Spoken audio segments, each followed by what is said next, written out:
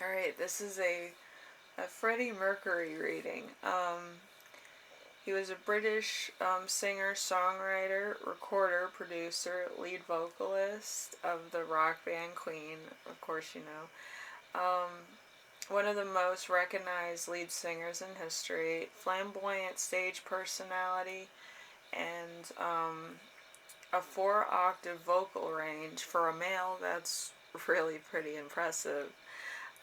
And his death brought on awareness about the AIDS virus, believed to be a type of cancer when it was first discovered, but soon after they found out it was, what it was, and raised awareness with a lot of other artists and stuff, and they did a bit of like a fundraiser for it.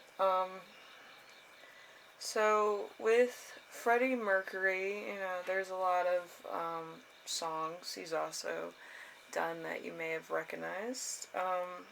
Bohemian Rhapsody. Bohemian Rhapsody always reminds me of like a kid playing the piano for the first time. You want to play the black keys slow, and then you want to play the white keys really fast, back and forth. And that's what that song reminds me of. My grandmother used to be a music teacher, and her piano was like the thing to play first, and then like she'd try to figure out what instrument you can play, or if you were a vocalist, stuff like that. So it's pretty cool to think of Bohemian Rhapsody as being the piano first, and then having a couple of his other musics be like that experimentation too. So it has like a personal memory for me too. So we have Seven Seas of Ra, we have Killer Queen, Somebody to Love, Old Fashioned Lover Boy, we have Bicycle Race, We Are the Champions, Don't Stop Me Now, Play the Game, Crazy Little Thing Called Love. That's all his songs that he wrote. There's a couple more in there that were kind of either later pieces or ones that were kind of just, not really too big, but they were like written by different band members, so I didn't include them. But yeah, channeling Freddie Mercury's energy is kind of like meeting an old friend. You haven't seen him for a while, you want to give him a hug, you're just, all of Twitter, like, oh my gosh, we need to do something, we need to have some fun. His energy was like that. I channeled him for a week, so you can imagine. Yeah, his energy is like wild, but it's also like really fun, and yeah, I just think it was really amazing to actually have his energy. It's very different from the other artists I've channeled. Um, with David Bowie, it was like his mind was a beehive. With Prince, he was smooth and suave, and Michael Jackson, he was an innovator, so a lot of stuff he was doing was either building blocks or kind of like, a lot of other things. More like Legos, maybe. But yeah, artists have their own mind and how they, like, look at the world. It's the same thing. With, I think it was Notorious B.I.G. His was more of like an impact kind of thing. So a lot of his songs carried weight, like himself, but also lyrical poetry. So his was a lot of that, where it had to be da da da da da da da da da da da da da. And with Freddie Mercury, it's very easy flowing, like a best friend. Hey, let's do this, do that. I don't want to stop. Like you can't sleep. Kind of mind frame, which is crazy for me.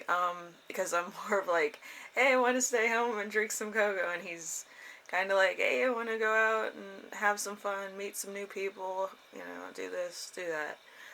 So it's a big difference between all the other artists.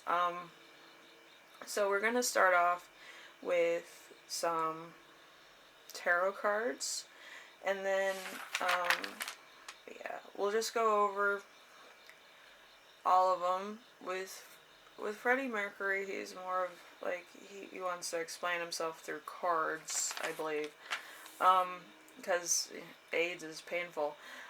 So yeah, and then we'll do his last message from Astronomy, which is really interesting. If you know his history and stuff, you know his biography. Um, so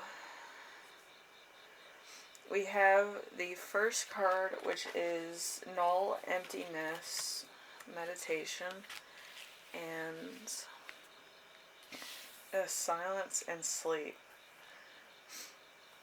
So he just wanted to relax and just meditate or be in silence, and there was always something happening outside his flat, his studio, his wherever he was, there was always something going on. So, like, silence is very different. So, let's see. We have the Five of Swords, a surprise, a grave defeat, possibly final battle, infantry and dishonor, new enemies arising, disaster. So, he felt like it was the end on his last day. So we have the Two of Swords, a false friend, balancing conflict, alternatively friendship, harmony, a stalemate or a truce. So there's that. Kind of like he knew that he, lived fast, and, he was a playful personality and a playful energy. So there's a lot of things that were coming all at once. And then we have the Nine of Cups, your wish and feasting. Contentment, personal advantage, sometimes financial, material gains, and business growth and success. Health, good health, and victory. He really wanted it to be a fluke. He wanted to go on and continue making music, seeing people and doing all this, because when it finally caught up to him, he was like, I'm not going to see so-and-so, or I'm not going to be able to do this, and he got really depressed. So that's really sad. We have the Page of Wands in reverse, cruel and malicious stories, a blunder, instability to make decisions, a Berenger of bad news. So I believe his attorney was the one that delivered the message to the press about his condition 2 years after it was progressing. And then he had his doctor and stuff in and out of his house. So it was like really, a lot of stuff. He didn't want to talk about it. He didn't want to say anything. But with the press, they came in like droves to his house to find out what was going on with him, if he was doing a secret album or whatever. And it's like the two worlds were just so different. Like, he was there suffering with this, with something that nobody knew about, the disease that kind of was mysteriously going around the gay community. And then outside, the press is thinking, oh, he's probably working on a top secret project and all this and blah, blah, blah.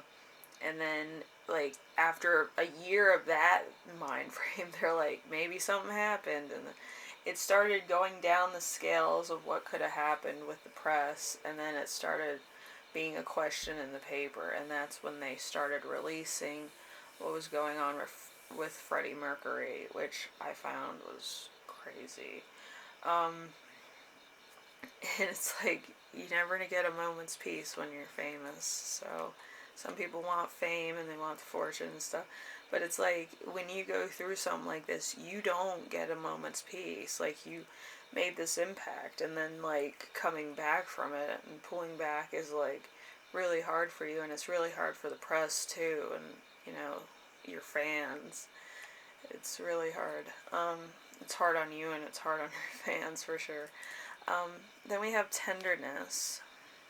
Tenderness. Someone in your life is in need of some tender loving care. Take some time out to spend with this person, listen to what they have to say, and have compassion in your heart. You too will benefit from these moments of tenderness. So, I think his ex-girlfriend, like Freddie Mercury and his girlfriend before he decided to, you know, be his true self and go off and be, you know, with other men. They had the typical soulmate relationship. They knew each other. They talked to each other. They were best friends. They communicated regularly. But it was just like, he wasn't attracted to women, and it just fell apart. But they stayed friends, and you know, it's that kind of thing. Right at the end, she was there too, and a lot of his other friends were to support him. But he thought he was alone, and he never really was. You know, he was loved by so many. Um, then we have safety. It's safe for you to come out from hiding. The coast is clear. You may feel as you're wandering into unfamiliar territory. There's no need to be scared. Remember, life never throws you more than you can manage. So, with this was a big shock to everybody. The AIDS virus. But, yeah, I think it took somebody that made a big impact in order to raise awareness to that. If it wasn't brought to the forefront when it did, it would be a problem. Very much like Karen Carpenter, they didn't know about anorexia around that time either. So if somebody famous had it, it brought attention to it. Same with Freddie Mercury. So that's why I tried to do these both somewhat together, Karen Carpenter and Freddie Mercury. So, like, you could see how an influence like these celebrities would bring stuff to the forefront in order to better understand certain things. Maybe kind of look at their lifestyle and stuff and try to have some type of, you know, boundaries, prevention, more aware of how this spread, and you know what exactly goes on, you know, and that's why they kind of have a little bit of a look-see into the people's lives and biographies and stuff like that, so that you understand how it spreads and stuff like that, so you're not left in the dark. Then we have trust. Trust. If you're feeling torn between which direction to take, it is time to make a decision. Both paths will be challenging and rewarding, so choose one and trust that whichever one you choose will be right for you. It's time to move forward. So if you're kind of thinking, you know, this isn't who I want to be or who I'm meant to be. You could be in a relationship, you could be at a job, you could be in a personal situation that you don't want to be in. And you're just like, I feel trapped, what should I do? Do what you feel would make you comfortable. And go with that is what, you know, he's saying here, you know. He's talking through the cards. Most celebrities do talk through the cards. I mean, the cat wisdom cards are the ones that are used the most in these. So yeah, so again, trust that your intuition's working for you, and maybe you're not in the right place you want to be. Dreams. It's important to have dreams and give your life direction and meaning. Reflect on your dreams for your own life. What is it that you truly desire? And be clear about your dreams. It's easier for them to become a reality. So, yeah, if you want to be a rock star, be a rock star. Maybe it might not happen all at once. And I know with Freddie Mercury, there was a lot of times where he's like, I'm not sure, I'm nervous, but let's go out there and do it. There's a moment in time where he's like, what if? And he just went out on stage. I believe it was in England, or it was someplace in the UK, and they were just, really nervous backstage, and then they were just like, we're just gonna go out there and do it. And he did like a little pep rally and went out there, and they did their thing, and it became a big success. So you never know. It could be that one moment that's like a what if intuition moment, and it's like your big break. You never know. Alright, and then we have a healthy diet, always. Diet. Pay special attention to what you're putting into your body, and well-balanced diet is its key for feeling healthy and having the energy you need to reach your full potential each day. I actually think that this is kind of an innuendo as far as healthy diet. I don't think it obtains to food per se, but it could in some cases, depending on how you put your situation. But I think in Freddie Mercury's case, it was a little bit of other food and some food for thought. Anyway, we have the Cloud cards with the Return. A second chance, never give up.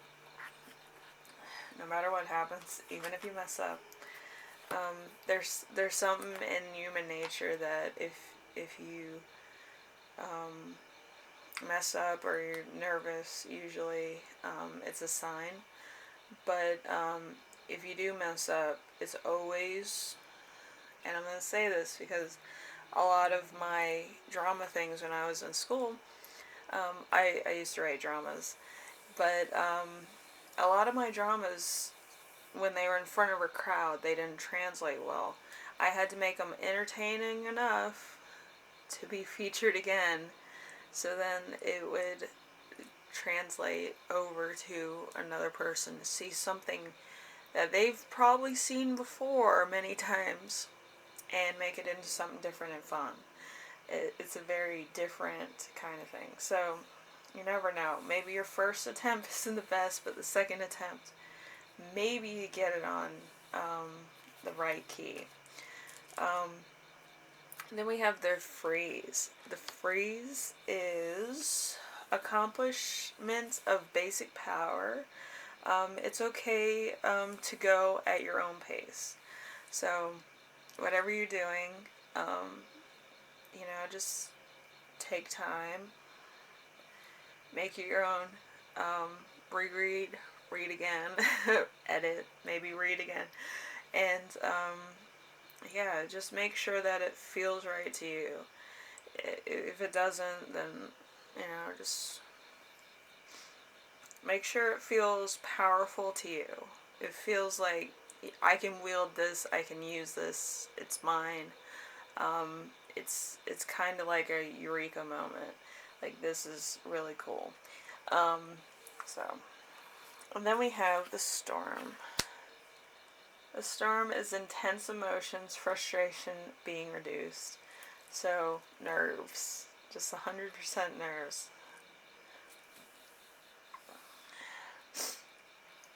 But whatever you do, if you're, yeah, a little nervous, just remember it's probably going to be fine. The nerves are a sign of good things to happen. Alright, and then we have the rain. The rain is finally things turn for the better. So it's, a lot of things going on. I do believe on his last days there was, like a moment where it felt like he was getting better, as well as other things. Because everything in your life has a pattern or a rhythm to it, where it's like every high, you're just like, oh my gosh, this is amazing. And then every low, there's one moment that you're going to have that's like, hopefully it gets better. But how the rhythm of your life goes is essentially how the end of your life is going to go. Because your entire life has this kind of beat to it where it goes and then there's high notes and there's low notes, but for the most part it sounds like either a drum or it sounds like one of those cymbals, those little I can't think of it now, but the one with the two things that go tss, tss, tss. It's mostly how your life is, but when it's on a high, it's usually either a full symphony, or it's a small symphony, or it's a full band, or it's like jazz. It sounds really good, or it feels amazing. So you'll know where you're at. It's really something else. And then we have the arrow. The arrow, a surge of energy, aggressiveness. So, go get it. And then we have the erase. Stagnation of luck, a warning to wait. So there might be a little bit of a wait because maybe the time hasn't come for, talking. Maybe not the right time for things. Maybe there's a lesson to be learned. Maybe there's stuff. And once you learn the lesson, like all the obstacles clear. All the burdens are kind of off your list, which is, weird when that happens. But that's why people believe that life is a simulation, because if you ever unlocked a lot of things all at once, you're like, this is a simulation. Or, like, it seems like you're having a really lucky day. Like, you're having a run of luck and everything's lucky. But when it's on the lower part, and where everything seems to be locked up, there's barriers in the way, all the open doors are locked, there's a lesson to be learned. You may have to go back and backtrack and try to find where this lesson is, or something that you left behind, or a reminder, or something you've overlooked. And all of a sudden, once you figure it out, everything becomes as it was or should be, where it's unlocked, and you feel more relieved at what's in front of you.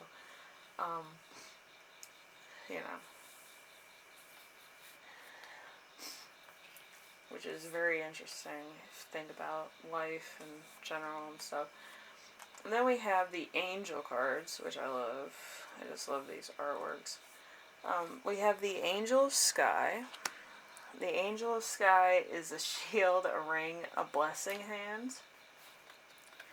And the Right Eye of Wisdom. The Right Eye of Wisdom is birth, intuition, and subconscious. So, I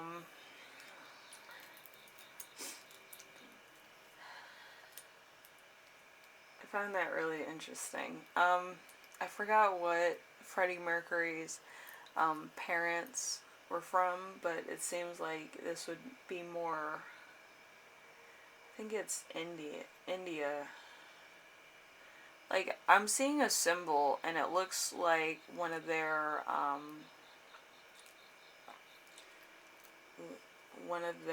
gods or goddesses that would have like a ring on and have blessing hands, and then have like the birth of like a good idea.